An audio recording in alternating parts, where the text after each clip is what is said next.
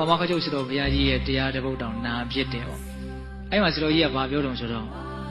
နော်အခြေကောင်းအနေကောင်းလေးတွေကိုကိုယ့်ရဲ့တန်တရားကပြုခဲ့တဲ့ကုသိုလ်တရားလေးတွေကဖန်တီးပေးထားတယ်ပေါ့ဒါနိဗ္ဗာန်ရကျင်တယ်ဆိုတော့နိဗ္ဗာန်ကဆုတောင်းနေုံနဲ့မရဘူးအဲ့ဒီရရှိထားတဲ့အခြေကောင်းအနေကောင်းကိုအသုံးချသောအဖြစ်ဒီလမ်းကိုရှောက်မှလာတယ်နိဗ္ဗာန်ဆိုတာရမှာသဘောပေါက်လားဦးဇင်းပြောတာတော့အရင်ဘဝကတရားဓမ္မတို့ဦးဇင်းတို့တွေဟာပါရမီကောင်းမှုတွေဒါနသီလဘာဝနာတွေပြုလုပ်ခဲ့လို့ဒီဘဝမှာကိုယ်သွားခြင်းနဲ့ဆိုရင်နိဗ္ဗာန်ကိုရောက်နိုင်သည့်အထိအခြေအနေကောင်းနဲ့တွေ့နေတာဟုတ်လားအခြေအနေကောင်းနဲ့တွေ့ဖို့အတွက်နောက်ထပ်ပြီးတော့ဖန်တီးစရာအကြောင်းမရှိဘူးဆိုတဲ့သဘောအခုလို့ရမှာကဘာတော့ဆိုတော့အဲ့ဒီအခြေအနေကောင်းကိုအသုံးချလိုက်ဖို့ပဲရှိတော့လားသဘောပေါက်ရင်လားဦးဇင်းပြောတာ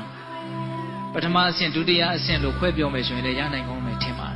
တယ်ပထမအဆင့်ကြိုးစားရမယ့်ကိစ္စကကြိုးစားခဲ့လို့အခုပြည့်စုံနေပြီအခုဘာတော့ဆိုအဲ့ဒီပြည့်စုံနေတာကိုအသုံးချ